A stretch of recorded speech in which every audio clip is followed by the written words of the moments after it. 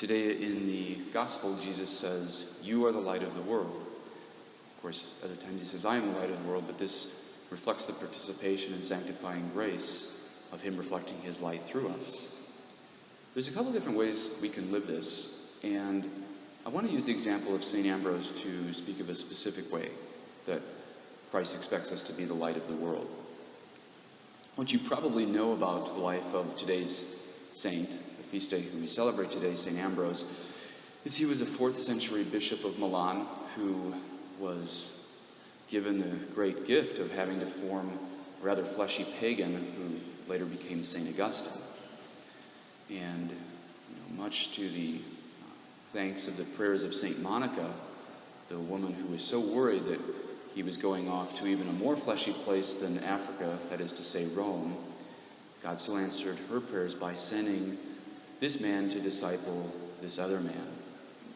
Again, it was St. Ambrose, as you probably know, who was given the gift of forming the future St. Augustine, who not only, Augustine that is, who was so caught up in his life of lack of chastity, but also strange doctrines like Manichaeanism and things like that. You're going to see where we bring this back together, but I want to tell you real quick, I was talking to a Navy SEAL earlier this week, and I was asking him what made it that some soldiers made it through the SEAL training and others didn't make it through the SEAL training. And he said there's actually been a lot of psychological studies on this, and he wasn't sure what actually did it. And then after his talk, I pushed him a little further. I said, "You got to tell me, what is that inner strength that made it so that the SEALs could make it and other men who were often twice as big physically didn't make it?" He said, "Actually, there was one psychological study that I do remember."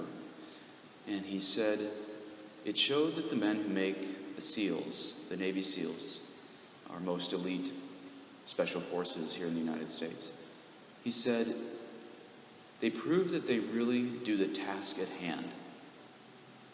He said, they are proven to do the task at hand. This was one of the only psychological proofs they had of what actually makes a Navy SEAL. Well, I think in this world where we're constantly worried about the next text and the next email and who's tweeting what, it's very difficult for us to give any time to our Lord before us in the Blessed Sacrament, or our friends or our family who are right before us. When I'm in a restaurant, I'll often see two people on a date, and they'll both be looking down at their phones texting. And I want to shake them both and say, why don't you be romantic? I mean, how bad is it that a priest wants you to be more romantic at the dinner table? But we don't know how to handle the task at hand because we're so overwhelmed in our virtual worlds that are fake worlds that we can't be the light of the world. Well, this is where I want to propose Ambrose as the man who lived the task at hand. Because if he was worried about everybody in Milan, which he actually was because he was responsible for the souls of everyone in Milan, but it's really interesting how much time he actually gave Augustine. He saw potential in him, he saw talent, but he also saw a lack of chastity and a great mix-up in his mind on different doctrines.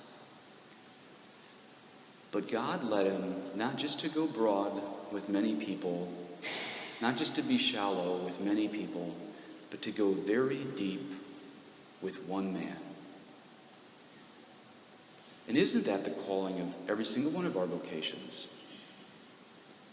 That we're to handle for Christ, in Christ, and for his mystical body, the task at hand. In fact, I was really surprised that this Navy SEAL smiled and he said, after he'd explained the task at hand, he said, "Isn't that the way of St. Thérèse?" And I always had in my mind, you got the tough guy way of the spiritual life like St. Ignatius, and you got kind of the wimpy way of St. Thérèse. But here a Navy SEAL is saying, this is the way of St. Thérèse, taking care of the task at hand. And again, that is what we see in the life of St. Ambrose, that God gave him one person who was going to change the whole world. let's be honest, Augustine really changed the whole world for Christ. But he never would have if Ambrose hadn't informed him. And if Ambrose had numerous tweets and emails and texts and Instagrams coming in, he probably would have been very kind to Augustine. But he wouldn't have taken care of that one single tiny task at hand that echoed the world over.